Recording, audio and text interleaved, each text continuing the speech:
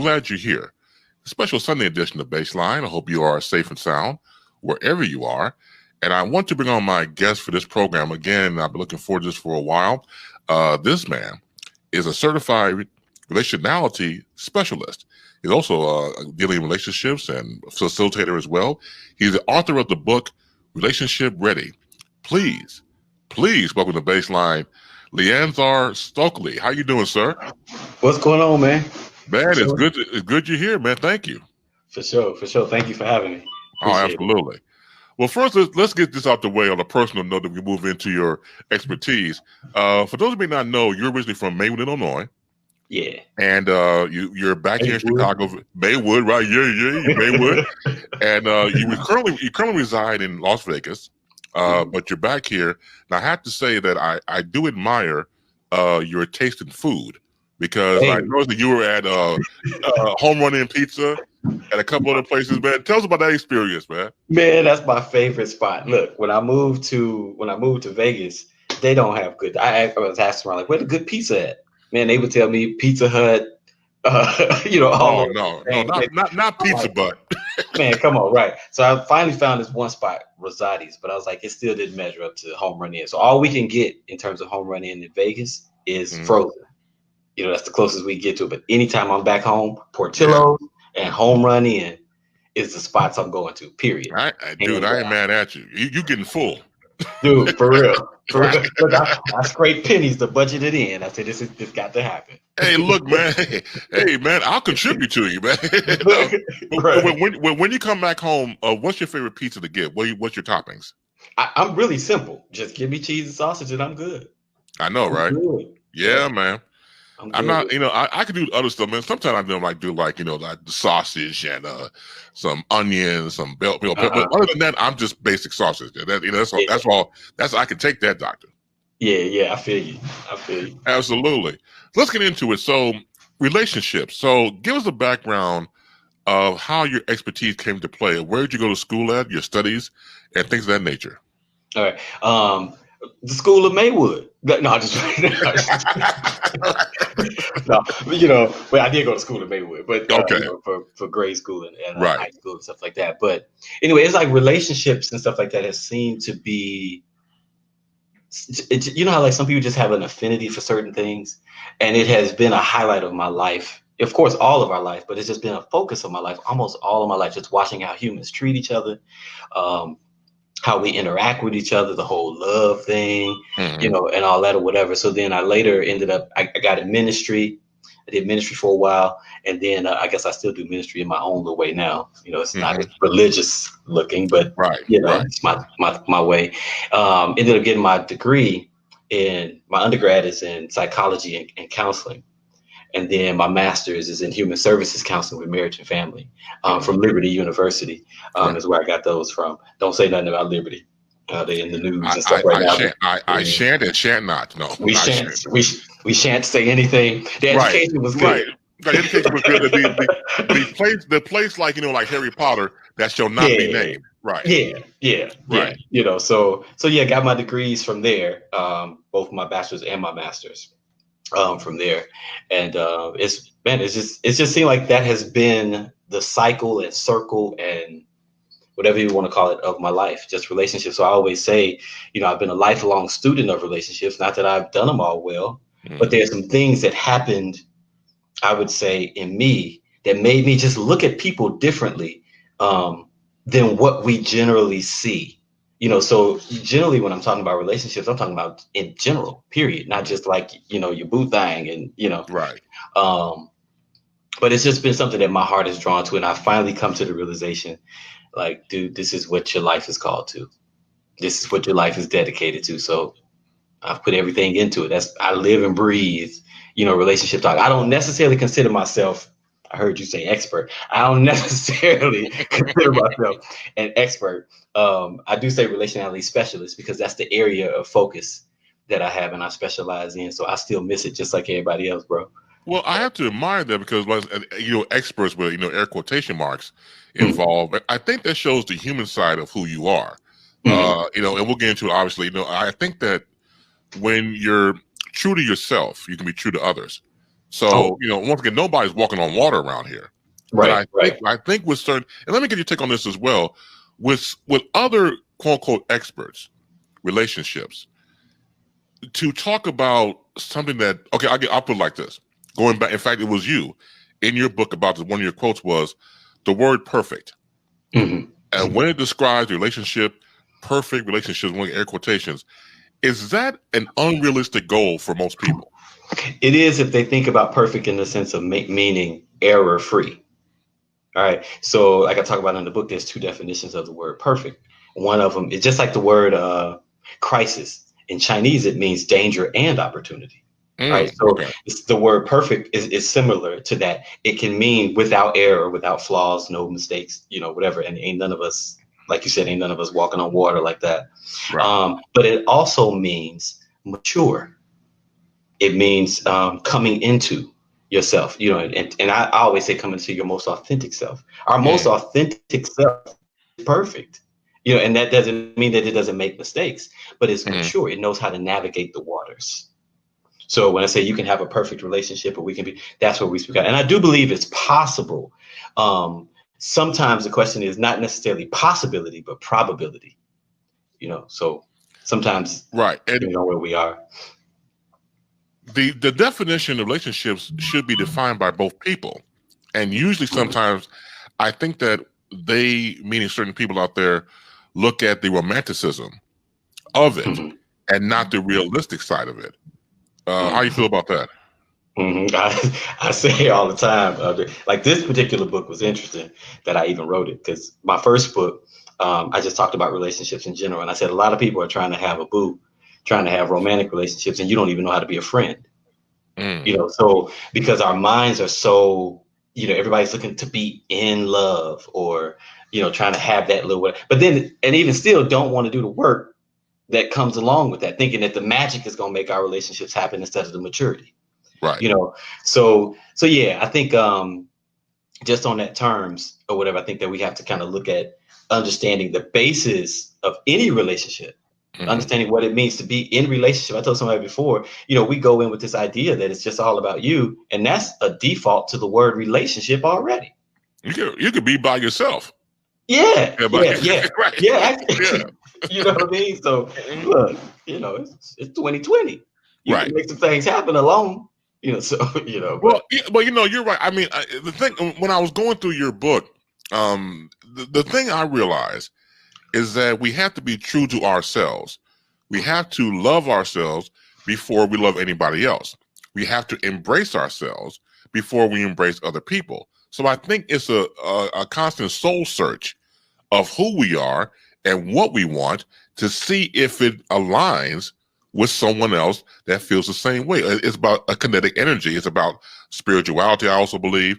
It's about embracing the person's scar and all. But when you look at once again, the image of sometimes what society thinks you should have, that gets in the way of progress. Yeah, and it'll ruin anything you get in. When you're looking at it from that standpoint of this is what society says it's supposed to look like. Sometimes this is what church says it's supposed to look like. And it'll really throw you away. But the key thing that you said, and I talk about that in the book too, is really being true to yourself and being authentic. This is really ultimately about being authentically you. When you show up as you also begin to know what you're supposed to be. I use the example sometimes. It's like when two things come together, right? We have H2O, right? So hydrogen and oxygen in the right mix. Right. Hydrogen and oxygen comes together. It creates water. Your focus is not to try to be water. Your focus is to try to be whichever one you are. If you're hydrogen, your focus is just to be hydrogen as most authentically as you possibly can. When you connect with something or somebody that's oxygen, the water's going to happen, baby.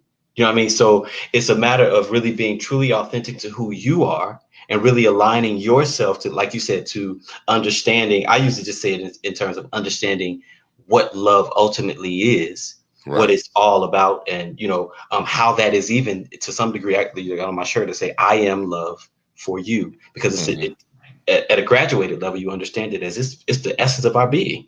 It's the very essence of our being. So when I begin to align in that manner, then we can operate a little bit more wisely when choosing, friendships or a boo or whatever you may want to call it. Right. So that authenticity is important. Absolutely. Let's check some of these comments here. So again, for those out there checking us out, you see my guest there, LeAnzar Stockley. He is the book and author of the book Relationship Ready. And we're going to take some commentary here. This goes back to some of the pizza stuff we talked about earlier. So Annabelle says, hi, Chris. She also says, hi to you, Zar, as well. Hey. And let's see. Real quick. Hello, Chris. Where are your glasses? I didn't feel like wearing them. That's just simple. Let's see. Go back to he loves home run in pizza. That's his favorite. That's a good man right there. Zar got some taste, man. Shoot, you don't let the smooth taste fool you, man. He bringing it right. Too salty. Too salty, right? This is Corey. It's too salty. He must like Giordano's. Yeah. See, that's I gotta have you back on. Just have like a pizza war to see which one's the best. Yeah, that's gonna be a whole different conversation, man. Bring some New York people in too. Oh yeah, we can look, man. When we get finished this relationship thing, and I'll bring you back on. You can suggest some people, me too, and just do a roundabout. It'll get hot and heavy about pizza, doctor. I'm telling you. Let's see some more commentaries here real quick. Barbara, how you doing, Barbara? Thank you for being here. Says hi. What's up, R. Michael Douglas? How you doing for being here as well? Mark Clifford, thank you for being here, sir. Let's see. Miss Simmons says, come on with relationship chemistry. And again, going back to the whole thing about relationships, obviously, hold on, this is Sister T. Oh, she says she's proud of you. Wow, T. Yeah. Hey, T. she helped raise me a little bit, baby. Oh, okay, right. You gotta pay homage, right? Exactly. For sure. Thank you, Sis T, for being here and supporting Zara there. Absolutely. When do you think that certain people do not invest time into it? Now, this is what I mean by that. Like anything else, you could rush into it and not have it come more organically when meeting people. What's your comment about that? I think the rush is almost the problem. Mm-hmm. A lot of times, like I said, even on the cover book, it says everybody's eager, but is your heart really prepared? Right. We really have to spend a lot of time with ourselves to really figure, because see, again, you people are rushing into trying to get their need met, right? Or that, right, which could be their desire, because we can turn desires into needs. So true. They're rushing into trying to get that need met and trying to get that itch scratched. That we end up moving, what's the word, in impulse and right. and without wisdom. And sometimes even lazily, because we're just looking for somebody else to make us happy. All right, to scratch. Yeah, but that's too one-dimensional, correct? Oh, very one-dimensional. It's completely one-dimensional. There's no way possible. And I said to somebody before, and people hate to hear it this way, or whatever. Even in some conversations with other relationship influencers, it's like I kind of come from a different perspective. We go in with our grocery list, man, looking for how we can consume something instead of recognizing your own source. I make up words, so right. That's all right. Your own sourceship, your own sourceness, your contribution. Yeah. We go in for consumption instead of going in for contribution. When I meet people, I say, who is this? Who is this? And what do I have in helping them be their higher self? What is it that I have to offer to them? And not just what are they going to offer to me? What they, you hear people always talk, what do you bring to the table? Right. But what do you bring to the table?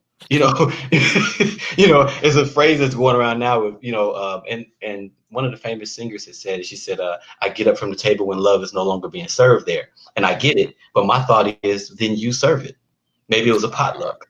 Right. And maybe you need to bring it. So a lot of times that rush, we miss the work of really finding out who we are, being authentic to who we are, because it's not until you really know who you are that you really know what you're supposed to bring when you show up. Mm-hmm.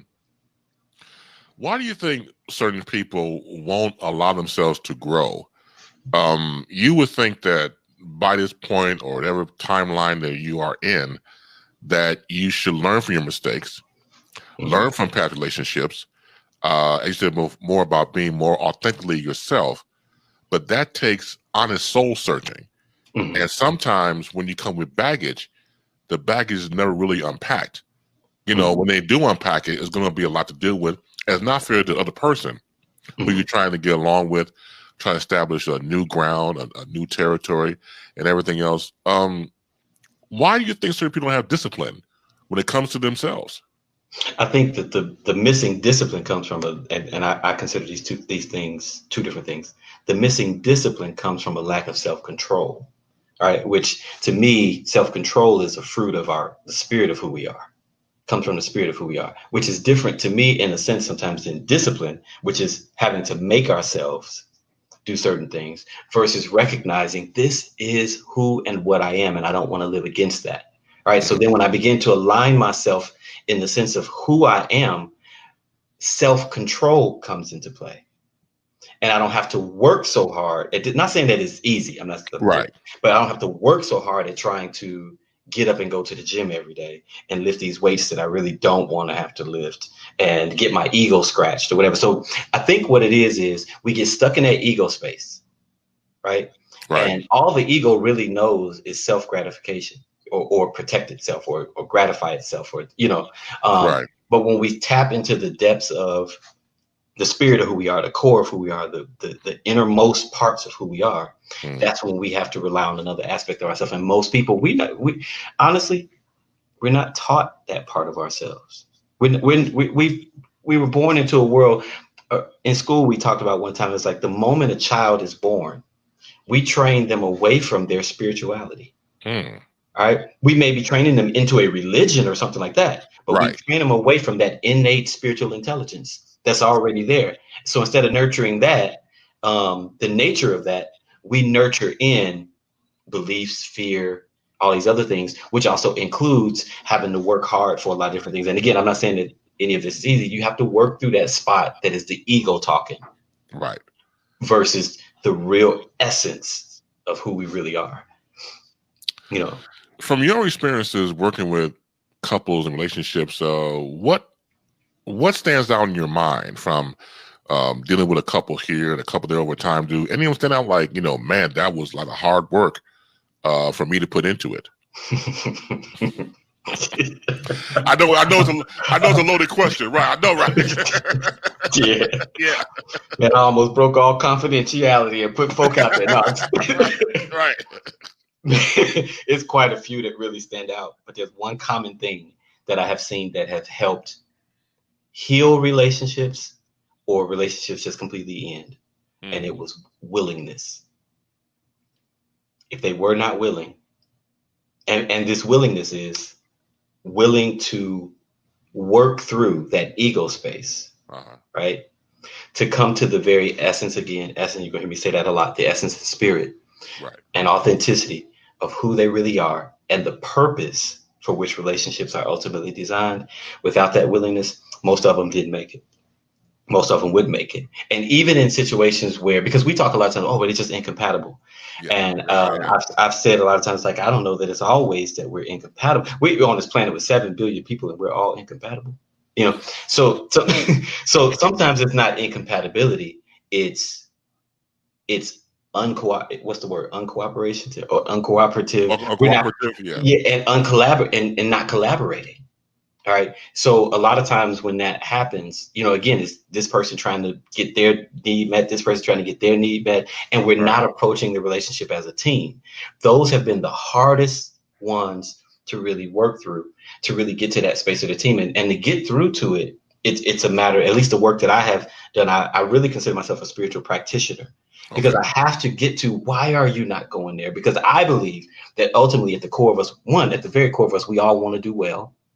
Most of us don't get into relationships for them to fail. Right. We just don't know how to navigate this spot of this space in us that's screaming louder than that little spirit that's saying, hey, just chill for a second. We don't know how to navigate that space. So a lot of my work is really focused on trying to really get to the heart of people and say, what's really going on? And I need you to be able to be introspective, to be honest. But in order for that to happen, I mean, it's layers, bro, because in order for some of that to happen, you have to create the space for them to even be able to do that. Guys, especially, we don't like to be vulnerable. But Right. That's perfect. if we don't go into some level of vulnerability, we'll never really align appropriately. In the end, even our relationships with people will be us. Man, I'm trying to stay together. You know, Right, right. And it doesn't mean you're weak.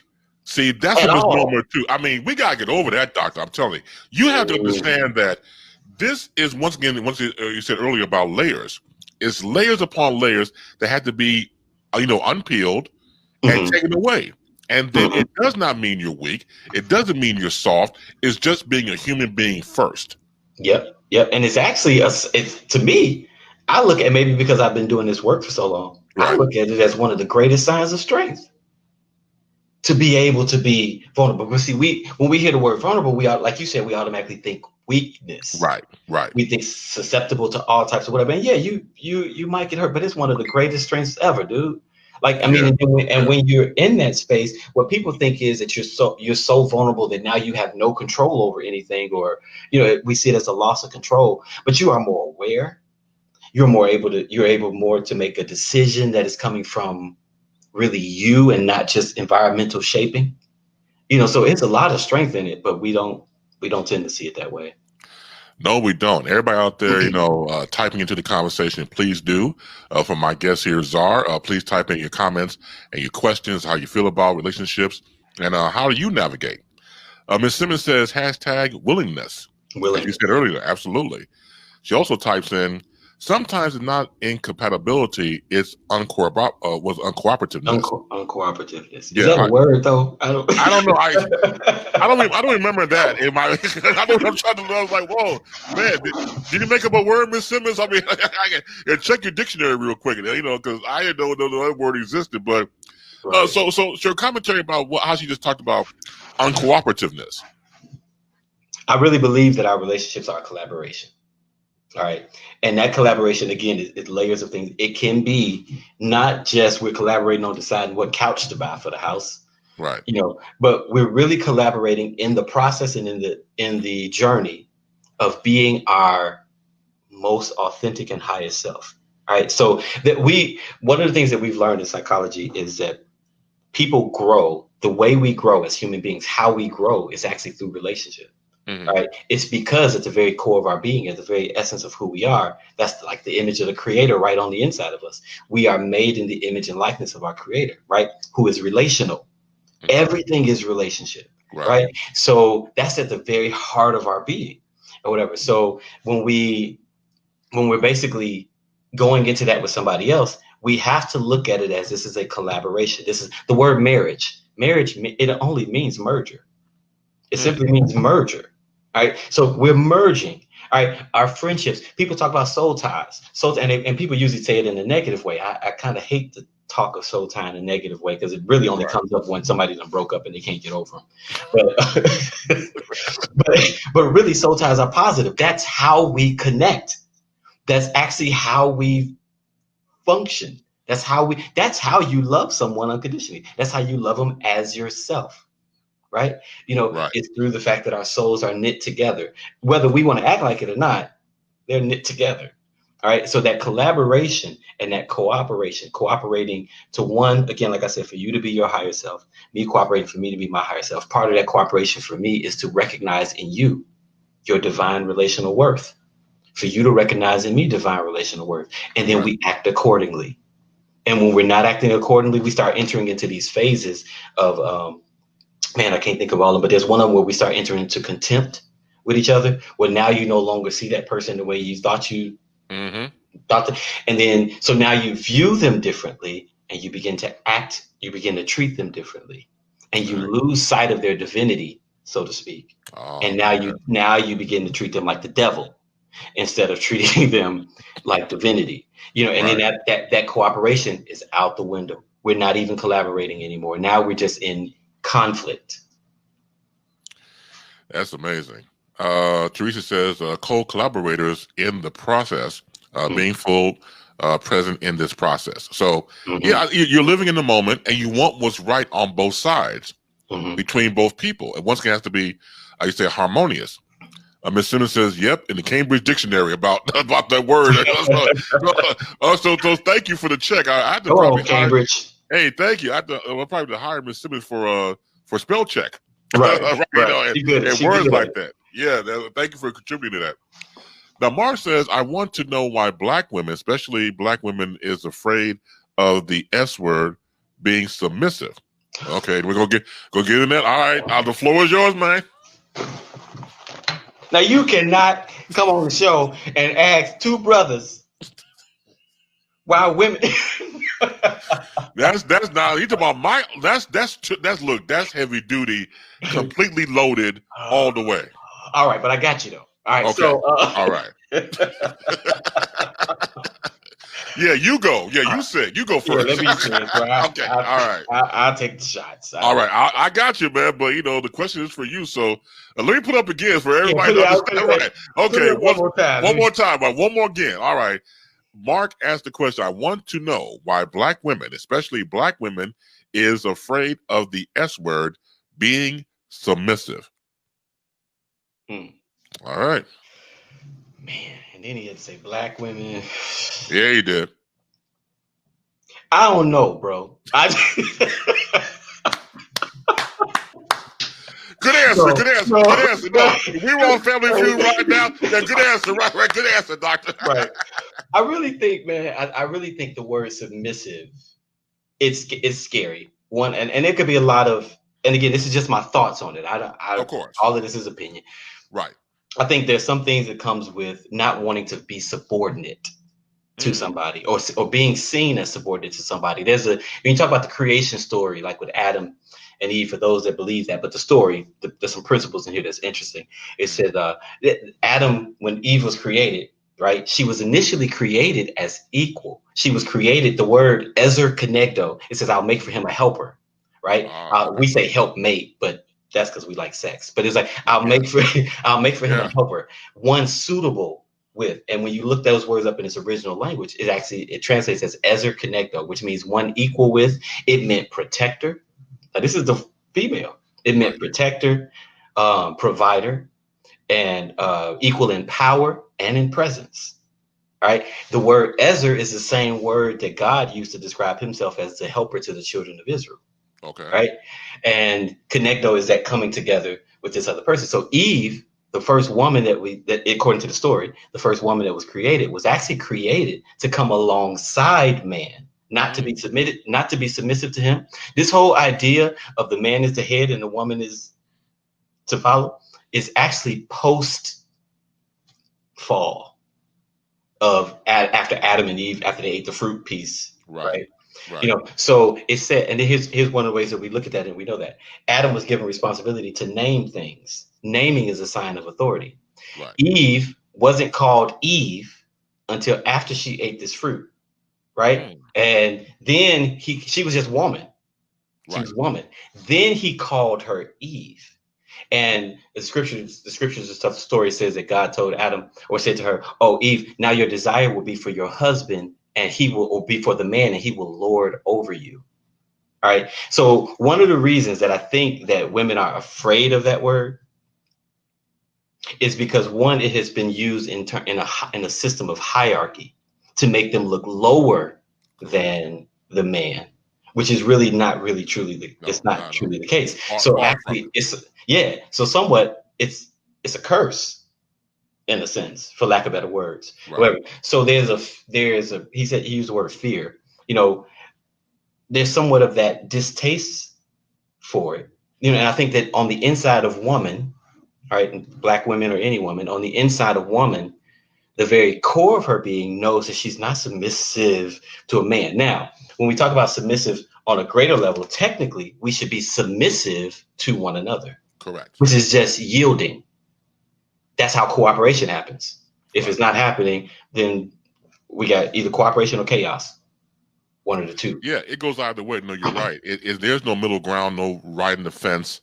You have to be completely submitted 100%. And when you talk about the yoking of back and forth and being equal and knowing that I can love and trust you and you love and trust me back, that's as it should be. Once again, it should be a cohesiveness. I think Mark probably started some with the Black stuff. Here comes Innova, Uh-oh. Why do black men cheat on good women? Why are they afraid to commit? Y'all is really going here today. Man, I love it though. I love it. Look, man, I didn't know it. Today is a Black Sunday. Does anyone know Mark? Y'all got something going? No, I know, right? Yeah, tag team action, doctor. right, Yeah, right. I think even the cheating conversation is a lot of times very interesting. It's not that he doesn't recognize, and again, don't shoot me. This is just my right. thought, and even Exactly. people that I had conversation with and even counseled and have had counsel. It's not that he don't think he has a good woman. It's that he doesn't have good control of his flesh. Mm. And that may not be an answer you want to hear. Right. But it's, again, we're going back to that lack of self-control. And sometimes the trained in ideology that we're supposed to have everything we want when we want it. Mm-hmm. Right. So then if we see the fine honey, we feel like we should just be able to go get it. She should be fine. Why she tripping? All men cheat. Right. That's the thought. That's the thought process. Right. Boys will be boys. Right. We thought men gonna be men. Because that's kind of how they're trained. So and even they're afraid to commit. I think sometimes there's multiple perspectives to that, because sometimes it's not that they're afraid to commit. Sometimes guys are at this space. Sometimes they're at this space where it's like, I want to make sure that I really love you before I put this thing on your finger to say that you're really mine. However, now I don't think that they should play with you in between. Right. But I do think that there's some guys, and this is some that I've talked to and some that I've come across. It's not necessarily the fear to commit, but it's and also it's sometimes the fear of entering into this space where they feel like they're locked down. Mm-hmm. And again, that's things that they need, that guys, and I think it's women too, because listen, I ask, and I got this same stuff with ladies. Yes. Right? So I think it's just that thing of really working through the truth of who they are. Mm-hmm. All right, not just the societal standpoint of who they are, but the truth of who they really are. Man, it makes a lot of sense to me. Let's see what's commentary. So, Mark, I didn't mean it, but like Chris knows, said, speak your mind. Well, that's what he's doing. He's look, it's his opinion. Don't come after him. It's just a fair observation. Absolutely. Mark always says about boys to men. So I get that as a maturation process when it comes to that. And again, I think that, and you're absolutely correct, Zara, we talk about how we're trained, how we think we're supposed to act, how we've been told, hey, man, even from your fathers or uncles or something like that, whoever, hey, don't settle down, keep a woman on the side, because they were conditioned that way. And they probably saw it, with their own two eyes. So sometimes what we see and hear, we believe that's the way to see and hear in our lives, and we act accordingly. Yep. We, as humans, part of the, again, when I said we learn we grow through relationship and we learn through relationship, that can also be some negative things. Absolutely. We pick it up. I've had relationships with people who this is how they did it, and that's who I looked up to as men. Yes. So I thought, listen, I am, and I'll be transparent here. There were things that I did. I started having sex at 13. Okay. Right. Or I should say voluntary sex. I started having sex at 13. Okay. And do you know that it was really only because that's what I was told I was supposed to do? I believe it. It was not just this little horny 13-year-old boy sitting around, whatever. That was what I saw, sometimes literally. I didn't have to watch porn. I saw porn. He didn't need porn, man. Hey, look, I got my own. I'm in real time. That's not the real deal, bro. Right, exactly. Right. But it was also kind of trained directly and indirectly to a certain degree. But almost like learned behavior. Yeah. And of course, you're a dude, so you're trying to figure out how to be a dude. Right. How to be the best dude. And everybody talking about hitting it, smacking it, and then this is whatever. And I'm sitting there looking like, I mean, she cute, but my mind didn't necessarily go to having sex. Mm-hmm. However, I did it. I was dared. I did it. I thought that this was how I become a man. I did it. But all along, and this is why I say that it's very important that people really come to a place of self-introspection. It didn't feel right. It didn't feel right. And that's hard for people to come to. Right. Yes, But it is. Yeah. you really got to be honest with yourself. I'm like, this don't feel. Somebody asked me, we were playing a game and they asked me how many, some game called Dirty Hearts. Got around, said how many sex partners you had. And I said, partners or just people I slept with? Because not everybody I laid with was an actual partner. Correct. Some of them was just people I slept with because that's what I thought I was supposed to do as a man. It harkens back to the movie Ray with Jamie Foxx. He's being interviewed for a jazz magazine. This is when he started to make, the middle of the road music, as they call it, Georgia on My Mind and things like that. And the guy asked him, the Perry Como stuff, what are you doing? And Ray said, if I feel it, then I know it's real. So that applies to you or anybody else, because if it doesn't feel right, then it's not real to you. Yep. It's like a falsehood. Yep. And then it's a hard road for, I say specifically for guys, I guess, because I'm a guy, but because then you're also shamed if you say I just wasn't feeling that. Like, right. Well, what's wrong with you? You get the pushback. The pushback comes, right. You get the pushback. So it's just one of those things. At the beginning, when we were talking before we got on board, you were talking about the sports, right? And I was like, do you know how long it took me to get to a point and say, man, I really don't do sports like that? Because it feels like peer pressure. Yeah. And it's almost like, oh man, you ain't a real man because you don't, whatever. But it took me a while to get to that point. But it's the same thing with other aspects of our life: sex, dating, our relationship. We relate with women the way we see women having been related to sometimes. That's true. So absolutely. Get some more commentary here. This is from what's that? Rashawn Alexander says, "Hey, handsome." That's referring to you. I ain't that good looking. So what are your views on hookup culture, and what are the dangers of a person should look out for in regards to their own spirituality when they indulge in this type of culture? Hashtag asking for a friend. Okay, give me that question one more time. Yeah, sure. Go right ahead. So what are your views on the hookup culture, and what are the dangers a person should look out for in regards to their own spirituality when they indulge in this type of culture? Hashtag asking for a friend. I really think anything with culture, like when we talk about hookup culture or this is that and the other culture, it's okay to question it. In the sense that, again, our culture are the things that we typically learn and grow into, just like certain traditions. And they may not always be, though it may be the trend, it might not be wise. You're free to do whatever you want to do. Mm-hmm. But the question is, again, just like how we were just talking, what does that really make you feel like on a spirit, soul level? Right. I've run into so many people who are in the hookup scene, hookup culture, tried to do it myself. Mm-hmm. It did nothing but made me worse. It did nothing. You're doing it, trying to answer something, and it did nothing but made it worse. Was it fun? There was moments of it that was fun. But was it whole? Was it making me whole? Was it making you healthy? Was it actually really the proper way to relate? Did you end up developing a little craziness? The energy that we share with other people. So the hookup thing, it sounds more like instant gratification. It is. It's instant gratification, and most people will probably tell you after they got done, they was like, what did I just do? What did I just do that for? That was a wasted. I mean, it was fun. Right. But it was not fulfilling. Are they suffering from a hookup remorse? Yeah, that's a good word for it. Yeah. That's a good word for it. That's a hookup remorse. Yeah. I would go along with that. Yeah, that's what it sounds like.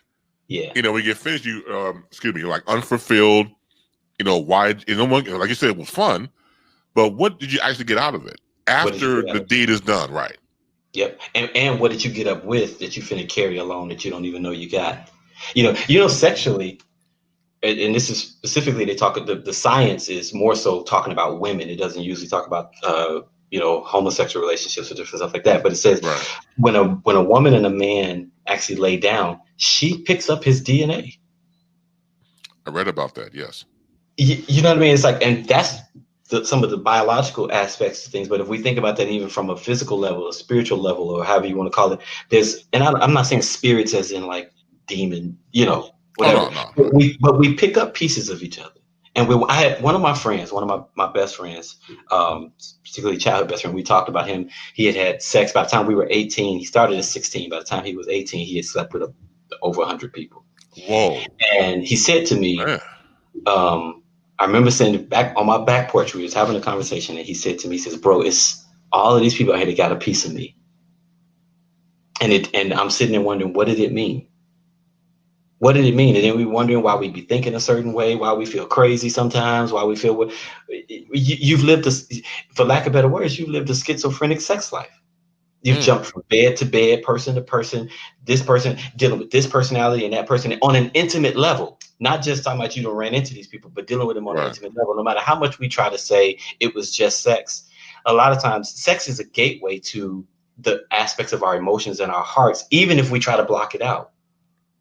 It's a gateway into that or whatever. So it does something to us, man. A couple of quotes I want to go over with you from your book. And we said earlier about compatibility. This is what you had said. True relation was a relational. How you pronounce it anyway? Relationality, right? Thank you. Yeah. Compatibility isn't necessarily about who serves your romantic ego. It's ultimately about collaborating maturely with the spirit of one another's being. And so when you were putting that together, what does it take for a person to get their ego in check? Willingness. Okay. Right. I'm gonna go back to that as number one. Okay, right. Willingness. And I also think it takes having been fed up when you recognize this, it takes having been fed up with what your ego has taken you through. Right. And everybody don't come to it that way. Again, pride is what it is. But coming to that space of saying, and one thing that has helped me, I couldn't deny when I truly calm myself and look into people's eyes, and I'm slightly autistic, so I rarely look into people's eyes. But when I sense and recognize their worth, there's some things I don't want them to have.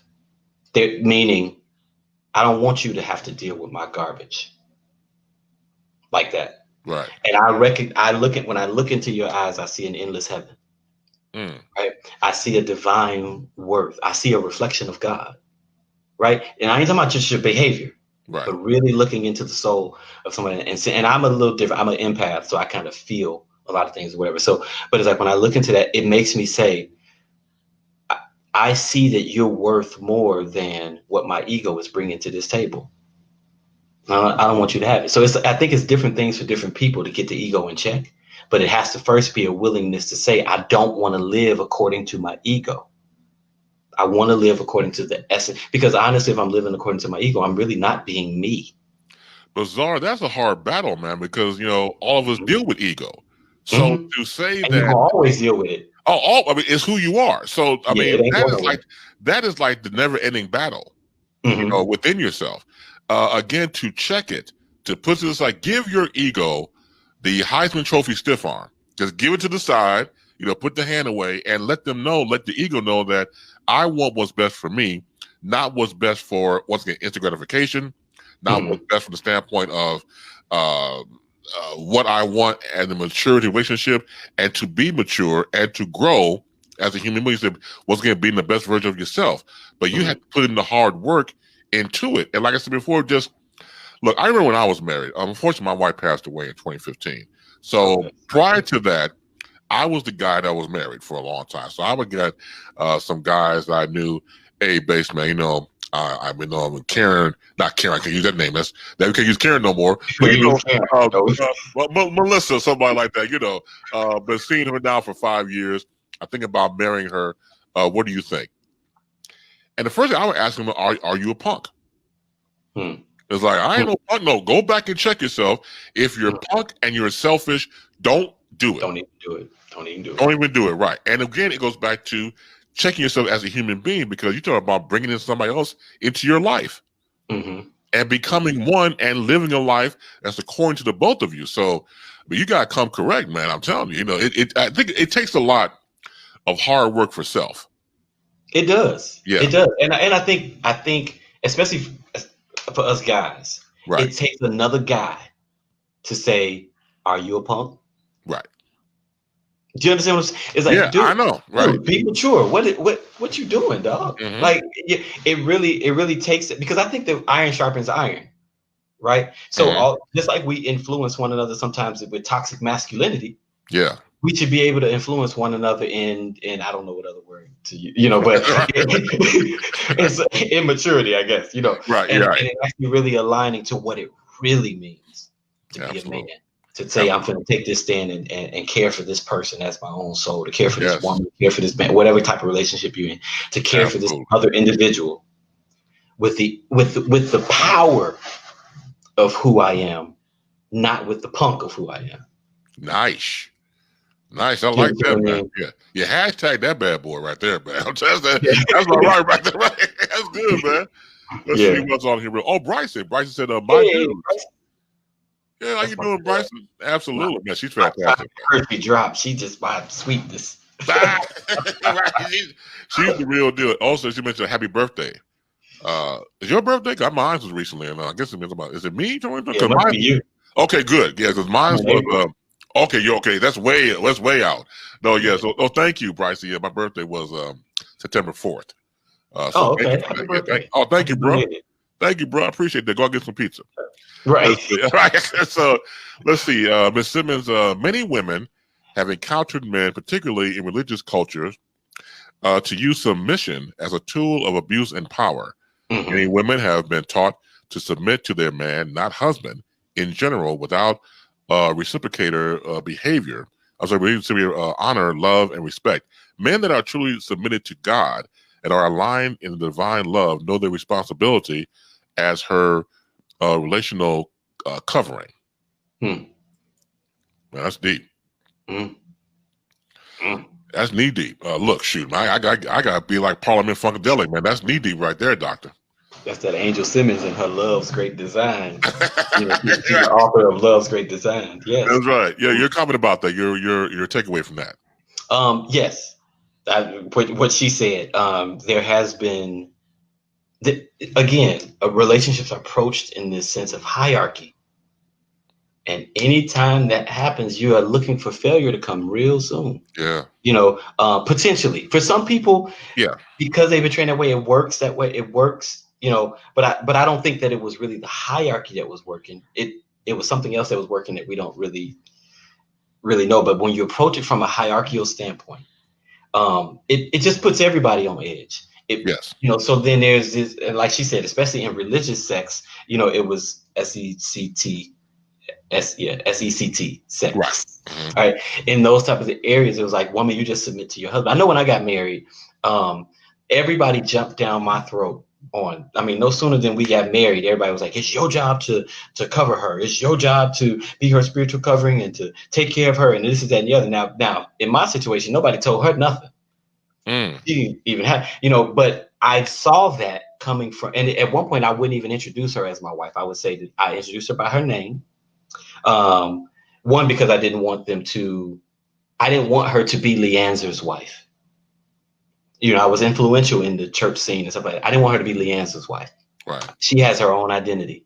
Yes. And I want her to have that identity. Now, it's okay that we're married, but they have her own identity. But that hierarchy was pushed, in a sense, was almost indirectly pushed on me to be that towards her. And it's like that I want a partner, not to have to parent. And some people are in these relationships where, where the husband is the parent to the wife. Yeah, instead of the partner to the wife. Right. So that's that submission, that all it has been abused, and it has been abused sometimes in the name of God, and sometimes with a sincere heart. Like people just think that that's the way that it is just supposed to be that way. No. I respect people's faith-based situations, but I have to politely disagree. I do believe in a partnership, equality, relationships, and things of that nature, because that's how I believe it should be. Mm-hmm. If that's the case, like I said before in the conversation, you can do bad by yourself. You even don't need anybody to bring anybody into an emotional state of who you are and what you are, and like I said before about constantly growing and trying to find maturity if you allow yourself to mature. Yep. You know, if you're the same person you were 10, 15 years ago, and you're doing the hamster wheel and not trying to evolve, what does it say about you as the individual? Yeah. Yeah, we get stuck in our personality. Yes, right? absolutely. So we get stuck in the personality of who we're. This is how I am. This is but our personality should serve the spirit of your being. Same thing with our ego. Like we were saying earlier, you're not gonna get rid of your ego. No. It's gonna be there. But we have to get to a point where our, for lack of better words, our spirit is stronger than our ego, and we get it to where the ego serves that of our essence. The ego serves our spirit. Should the ego and the spirit become an alignment? Yes, I would say yes, to the degree that it works in collaboration versus in opposition. Right, more in tandem. More in tandem. That's a good word for it. Yeah, because again, like I said, you can't get rid of it. It's not like that's like saying, oh, get rid of all of your desires. Sometimes your desires don't go, but you have to have them things in check. Correct. So it's one of those type of situations. Absolutely. Let's see what Bryson said. No, I was saying happy birthday to Rochelle. Okay, LOL. Okay, right. Okay, there you go. All right. Happy birthday to him. Barbara Jean says, hey, y'all. How you doing? Thank you, Barbara Jean, for being here as well. Another quote that I wanted to get your comment on was, it was an acronym, WOW, Words of Wisdom and Wise Questions. So how'd that come about?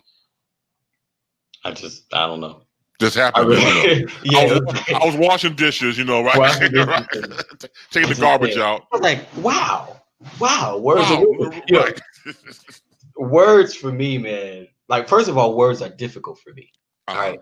Because this may sound weird. I don't think in words.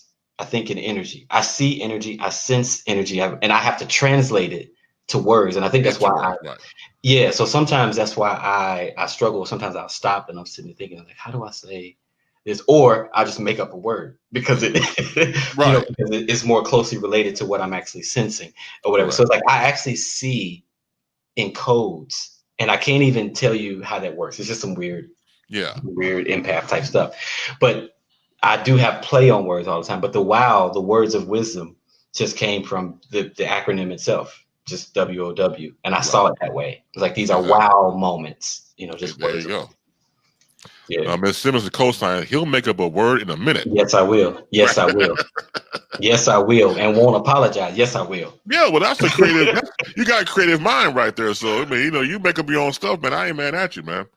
When off the privileges. Well, that was off the cuff. I mean, that's some of your good material right there, man. Yeah.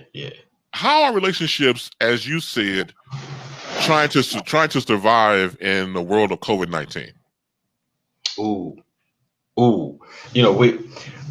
We either find out we love each other, or we find out we can't stand. Right. Yeah. Again, if we were on Family Feud, good answer. Good answer. Right. Like, we finding out we love each other, or we finding out we can't stand each other. Yeah. Having to spend so much time together but I do believe, man, this is a great opportunity. This is a perfect opportunity for us because a lot of times what you realize is, especially if you're in a relationship, you don't have the escape. Sometimes going to work was your escape, right, for a minute, or your distraction from these people that you said you love them. Right. But you really only loved them for maybe 16 hours versus having to deal with them 24 hours. It's not a reflection even sometimes of them. It's a reflection of you and how much you live to try to serve your own whatever, so it could be a reflection of them too. We'll include that. But most of the time I try to talk to the person themselves. What is it going on in you that can't be around these people for longer than 10 minutes? Right. What is it in you that feels like you are the center of the universe, that nobody can get on your nerves? You understand what I'm saying? So it's like to really look at ourselves and again, asking ourselves those questions. Why can't I be around my partner for longer than 20 minutes? And it doesn't necessarily mean that's not the right partner for you. True. We automatically take fire issues revelations of things that just wasn't aligned as a reason to walk away. No, Correct. that might be your opportunity to align it. It Mhm. could, again, if relationships are to help us grow, it may be a reflection of showing you areas you need to come up. I said when COVID-19 hit and unfortunate murder of George Floyd for us to be sheltering in place, I call it the reset. And Mm. the reset definition that we all can buy into, like I said before about relationships. Do you love or do you hate? And once again, going back to earlier, there is no middle ground here. And you're right. You look at going to job or going out with the guys or gals, that could be a form of escapism Mm-hmm. in a relationship because, hey, you get into an argument, I can't stand your ass. I'm Yeah, going out with the guy, right? Going out and everything else. But now there was nowhere to go. Where you gonna go? To the bathroom? right. In that stage of the game, well, I'm gonna take my pizza, go to the bathroom. I'm later for you, Right, right, stuff like right. that. But you're right. It has to be again, hopefully maturation process, hopefully a growth spurt, spirituality and things of that nature, because we have nowhere else to go. It's like the late great Teddy Pendergrass once said, "You can't hide from yourself. Yep, You can't." And yep. maybe that's probably the reason why you can't deal with your partner or your wife or your husband or anybody because it's you. It, bro. Listen, that's it. Like I really feel because then again, our relationships a lot of times is just a reflection of ourselves. Right. So it brings up the areas of you that are uncomfortable. It brings up the areas of you that get turned off real quick. It brings up all, and listen, and it comes up as an opportunity for you to see where you may be misaligned. But we only take it as an opportunity for, oh, that means we incompatible. That means you're only saying that they're incompatible because here's what happened. When you say, Mm-hmm. and this is not every situation, so hopefully you understand what I'm saying when I say this. Right. When you say, Absolutely. this must mean we're incompatible. So you're saying you're perfect. Mm. You are without error, without whatever. So you're the measure stick for what perfection is. So that's incompatible with you because you're the one that determines what. Instead of realizing maybe this is an area where I need to learn collaborate. We were created relational. I need to learn collaboration. I need to learn, and it can be difficult.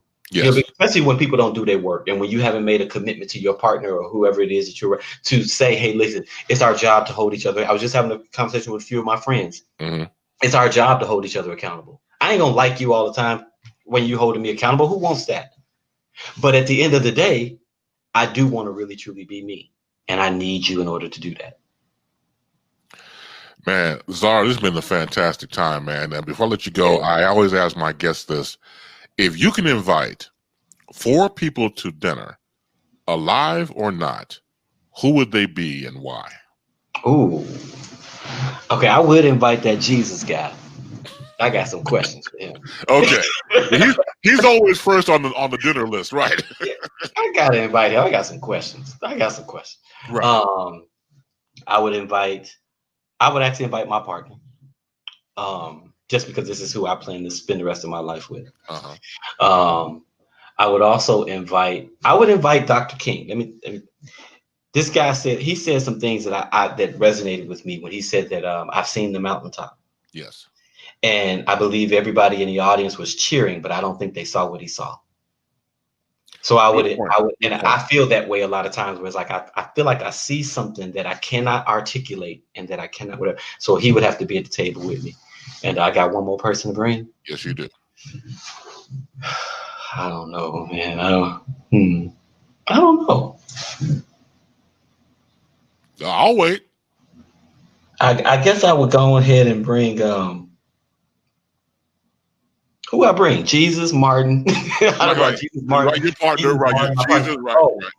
oh, I would find, and I don't know specifically who, but it would be a kid. A It would child. be Okay. a child. It would be a Okay. child. Why would And a child be there? I would want to be able to bring a kid to the table, one, to see so that they can see where the generations has gone, but Mm-hmm. also to hear. I believe children have so much wisdom. Yes. Yes. Um, and they are, to me, some of the purest forms of spirit, right? So the humility, just for the aspects of what they bring to the table, the humility, the play, the things when they're talking and we think that they don't know what they're talking about, but really they spitting all kind of knowledge and wisdom.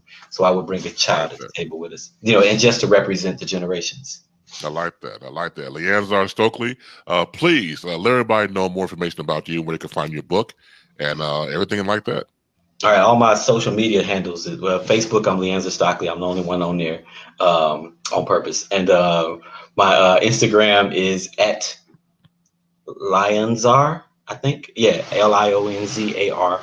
And then my book, you can get the book at www.leanzarstockley.com. So just my name. .com. You can get the book there. It's also on all of the online platforms and too as well. But you purchase it from me, you'll get an autographed copy, and it's a little different than what they're selling at Amazon. The cover is different and everything, and I get to keep my royalties if you order it from me. Oh, beautiful! That's nice. Yeah, and right now we're doing 2 books for $20. Okay. And then taking a portion of the proceeds, and it's going to go towards helping some. I've already done some, but helping some needy families. Absolutely, Miss Simmons has your information right there. LeAnzarStockley.com. Always good. Also, well, she's your PR person. There you go. We don't know what we do about Angel. Hey man, hey, nothing wrong with that. LeAnzar, LionZar on Instagram, IG. This has been fantastic, brother. Thank you so much. Oh, man. Thank you so much for having me, dude. Absolutely. So everybody have a good one. Take care. Hold on a second. Just another person popped up. Don't forget the underwear. So I don't know what that means. You're laughing, so I don't even know what that means. I sell underwear. I have an underwear line. Ah, okay. I know you sell drawers. Underneath by Zar. Yep. Get your drawers. I'm the underwear concierge. Okay, all right. Hey man, that's great, man.